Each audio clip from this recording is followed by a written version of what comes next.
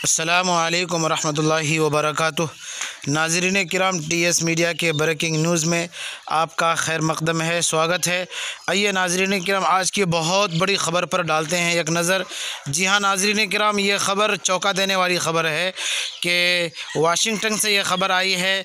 अब अमेरिका की कोई रियासत ऐसी नहीं है जहां अमेरिका के सदर डोनाल्ड ट्रंप को अपने हरीफ जो बाइडन पर सबकत हासिल हो। और अगर रुझानात को देखा जाए तो जो बाइडन 300 से ज़्यादा इलेक्टोरल वोट हासिल कर लेंगे।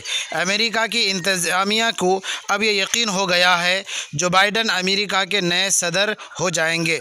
यही वजह है कि अमेरिका की सेक्रेटरीट सर्विस और FI हरकत में आ गई है। ख़बर है कि जो बाइडन के घर के ऊपर एयर स्पेस को पूरा महफूज कर लिया गया है और जो बाइडन की सिक्योरिटी बढ़ा दी गई है।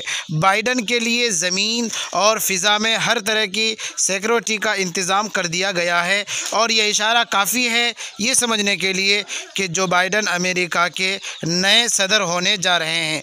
डोनाल्ड ट्रंप ने ज़रूर अदालत से रुजू करने के लिए कहा है, लेकिन ये सिर्फ़ अपने वोटर्स की तसल्ली भर के लिए होगा।